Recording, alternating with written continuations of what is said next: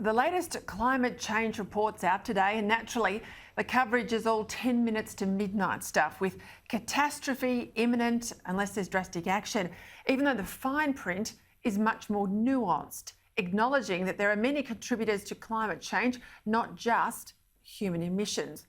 Given everything else that's happening right now, the loved ones we can't see, the places we can't go, the work we can't do, and the constant official drumbeat of anxiety over COVID, I'm just not sure how much extra worry we're in the mood for, especially as the climate zealots have been telling us that the seas were rising and the dams were empty and the reef was frying for at least 3 decades now, while nothing much out of the ordinary has actually happened.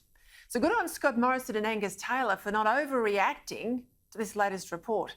Instead, the Prime Minister and the Energy Minister calmly insisted that Australia remains on track to more than meet our Paris emissions reduction targets, that the government was committed to reaching net zero emissions as soon as possible, preferably by 2050, and that the best way to get emissions down was through technology, not taxes. Now, given the 2019 election result, it would be a spectacular own goal for the Morrison government to insist otherwise, because you can't win an election demanding that Labor produce a costed roadmap to get emissions down 45% by 2030, and then produce an uncosted target of your own without any definitive way to get there. And haven't uncosted promises and targets set decades out long been a feature of climate change politics? No sooner has one global target been set, long before there's ever a real chance to assess whether it's even going to be met, another even bigger target is demanded, with yet more ambitious goals and billions of dollars thrown at the problem. It's hard to avoid the conclusion that there will never really be anything that's enough for climate activists, and that they will keep demanding more and more change to the way we live until such time as no one eats meat, almost no one travels by air except the super rich, and no one has children, because humans, of course, are a threat to the planet. In other words, they're using an issue to promote an ideology and exploiting people's quite understandable and correct concern to avoid mess and waste to push a neo-Marxist agenda. With the climate summit on in Glasgow in November, and with Boris Johnson desperate for a diplomatic triumph, the Morrison government will remain under pressure to sign up to ever more ambitious targets, regardless of the costs and the feasibility of meeting them. But as the government made clear today, what's the point when Australia is just 1 and a bit % of global emissions, while China is at 30% and is demanding, well, that others reduce their emissions while not doing much about their own?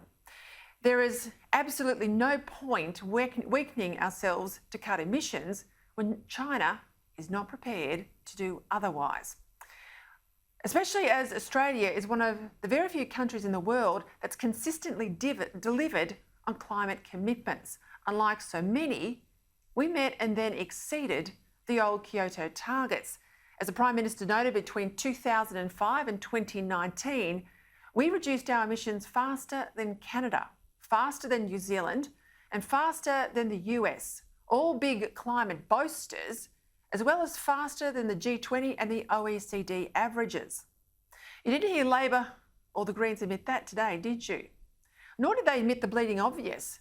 It's not what Australia does that matters, it's what the big emitters do.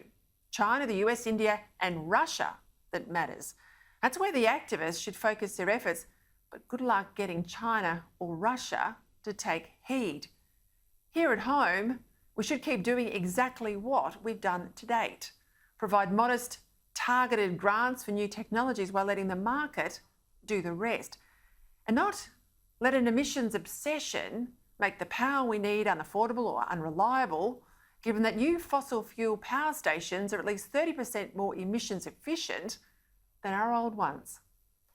I understand the imperative to get emissions down, but not if it means disrupting our lives, squeezing our standards of living and destroying our nation's capacity to manufacture and provide for our own. If COVID has taught us one thing, it's that in the end, every nation has to be able to stand on its own feet where it can, and that in times of great crisis, countries will inevitably look after their own.